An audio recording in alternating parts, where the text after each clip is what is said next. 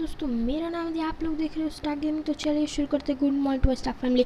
तो एक बहुत ही ओपी अपडेट आ चुका है अपने गेम में कि जैसा कि आप देख सकते हैं सारे जर्सीज, सारे के सारे जर्सीज हमारे रिटर्न आ चुके हैं और सारे के सारे जर्सीज रिटर्न आने भी वाले हैं।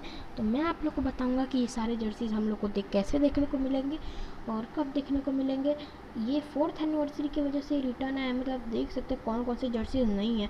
ये तो अभी लेटेस्ट आई हुई थी, ये पुरानी वाली है, ये येलो वाली है, ये वाली है, ये मतलब जर्सी रॉयल में भी जो जर्सीज नहीं है तो सबका मैचिंग पैंट्स भी है, देख रहे हैं।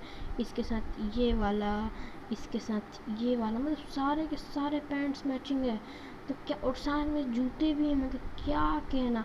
और मतलब ये हम लोग को मिलेगा कैसे? सिर्फ 20 टोकन्स 20, 15 और 10 टोकन, मतलब जो भी जर्सी लेनी है 20 टोकन की आपको एक जो एक कोई जर्सी मिल जाएगी 15 टोकन की, एक कोई आपको पैंट मिल जाएगी 10 टोकन की, या यानी 35 45 डायमंड 45 टोकन्स में आपको पूरी एक जर्सी मिल जाएगी। और ये इवेंट हमारे इंडियन सर्वर के लिए एकदम कन्फर्म है।